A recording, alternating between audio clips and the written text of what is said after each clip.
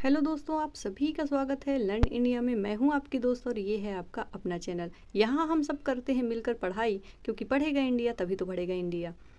आज का जो हमारा टॉपिक है अनुसूचियां, संविधान का इम्पोर्टेंट सा पार्ट है अनुसूचियों का। इससे 3-4 क्वेश्चन आराम से आ जाते हैं आपके एग्जाम में, हमेशा ही पूछे जाते हैं। और अगर आप इस वीडियो में लास्ट तक बने रहते हैं ना, तो ये टॉपिक तो आपका आज ही क्लियर हो जाएगा। तो आप ज़रूर बने रहें अंत तक, ज़रूर ध्यान से इसको देखें। आप अगर आपका माइंड इस टॉपिक को समझना चाहेगा तभी मैं समझा पाऊंगी बेहतर। तो पहले आप तैयार हो जाएं समझने के लिए और लास्ट तक बने रहें मेरे साथ। तो शुरू करते हैं आज की क्लास को। मूल संविधान में 8 अनुसूचियाँ थीं, वर्तमान में 12 अनुसूचियाँ हैं। 4 अलग अलग संविधान संशोधन के द्वारा अनुसूची 9, 10, 11, 12 जोड़ी गई हैं। और जो पहली अनुसूची है उसके अंतर्गत भारत राज्य और उसके केंद्र शासित प्रदेश का वर्णन किया गया है, और दूसरी में वेतन भत्ते, तीसरी में शपथ और चौथी में है राज्य केंद्र शासित प्रदेश की सीटों का बंटवारा। इनका वर्णन किया गया है। तो इनको हम ऐसे याद कर सकते हैं, जैसे आपने किसी देश के राज्य, भारत मतलब भारत को आपने जान लिया। पहले सबसे पहले आप भारत को जानेंगे, उसके राज्य केंद्र शासित प्रदेश, ये आपको पता हो गया। उसके बाद आपको जॉब करनी ही है। तो दूसरी अनुसूची में आप सोच रहे हैं सबसे पहले वहाँ का वेतन देखेंगे, वेतन भत्ता कितना है। तीसरे में तब आप शपथ लेंगे। चौथे में तब आपको सीटों के बंटवारे में आपको कौन सी सीट मिल रही है तब आपको मिल जाएगी। ऐसे जोड़कर आप याद कर सकते हो। आई होप आपको समझ में आ गया होगा। इसके बाद जो 5वीं अनुसूची है, 5वीं अनुसूची के अंतर्गत अब हमने सीट तो हमको मिल गई है। तो अब हमारा काम क्या है? अनुसूचित जाति जनजाति क्षेत्रों के प्रशासन का वर्णन है। मतलब अनुसूचित जाति और जनजाति को भी ध्यान रखना हमारा धर्म हो गया। तो 5वीं में हम अनुसूचित जाति और जनजाति क्षेत्रों के प्रशासन का वर्णन देखेंगे। 6वीं अनुसूची है जनजाति क्षेत्र के प्रशासन का वर्णन है केवल 4 राज्य, असम, मेघालय, त्रिपुरा, मिजोरम। असम, मेघालय, त्रिपुरा, मिजोरम। ये थोड़ा मिजोरम का मणिपुर आप कभी मत करिएगा, ये क्योंकि माँ से ही है। तो आप इसको 1-2 बार देखेंगे, याद हो जाएगा हमेशा के लिए, इतना कंफ्यूज भी नहीं। असम, मेघालय, त्रिपुरा, मिजोरम, ये 4 राज्यों के जनजाति क्षेत्र के प्रशासन का वर्णन है 6वीं में। तो 5वीं 6वीं आपको ऐसे याद हो गया। 5वीं में अनुसूचित जाति जनजाति क्षेत्र के प्रशासन का वर्णन है और 6वीं में जनजाति क्षेत्र के प्रशासन का वर्णन है केवल 4 राज्य के। इतना याद हो गया। 7वीं अनुसूची है सूचियों का वर्णन है।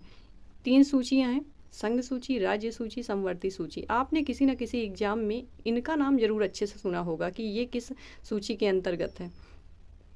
पूछ लेता है शिक्षा किस सूची के अंतर्गत आता है, चिकित्सा किस सूची के अंतर्गत आता है। तो आपने इसको कहीं ना कहीं देखा ही होगा। तो ये जो सारी सूचियों का वर्णन है ये खुद 7वीं अनुसूची के अंतर्गत रखा गया है। 7वीं सूचियाँ ये रिलेट कर रहा है नाम ही अपने आप में। और 8वीं में है भाषाएं हैं जो हमारी, उनका वर्णन किया गया है 8वीं में। मूल संविधान में 14 और वर्तमान में है 22 भाषाएं। अलग अलग संविधान संशोधन के द्वारा बाकी की भाषाएं इसमें ऐड की गई हैं। तो 7 अनुसूचियाँ और सूचियों का वर्णन, ये 7 सूचियाँ ऐसे अपने आप में ही रिलेट कर रही हैं। और 8वीं थोड़ा आप ध्यान रख लेंगे। इसके बाद आ जाती हैं वे अनुसूचियाँ जिनका मूल संविधान में तो उल्लेख नहीं है, लेकिन 4 अलग अलग संविधान संशोधन के द्वारा इनको जोड़ा गया है।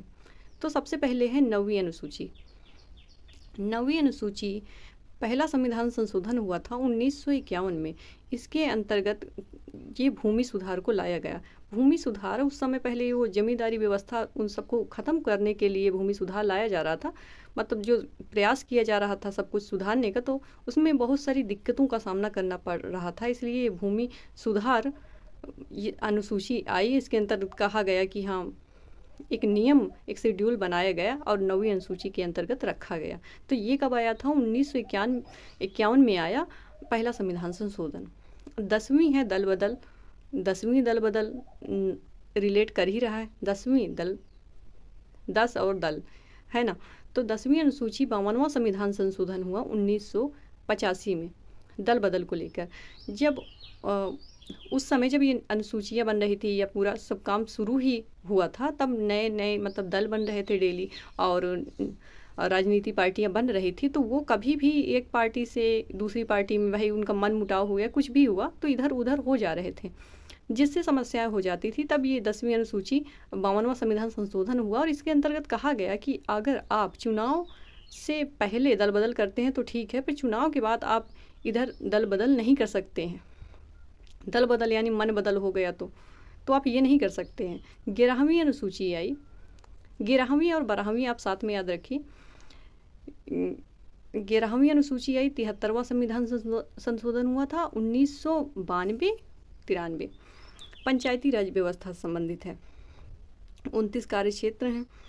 ये 92-93 इसलिए क्योंकि अगर आपको एग्जाम में 92 लिखा मिल जाता है ऑप्शन में तो आप 92 लगाएंगे, नहीं तो 93।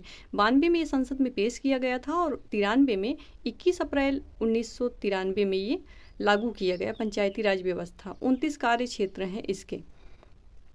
फिर है लास्ट 12वीं अनुसूची, जो 74वां संविधान संशोधन हुआ था, ये भी हुआ था 1992-93 में, नगर प्रशासन से संबंधित है। इसके 18 कार्य क्षेत्र हैं कुल।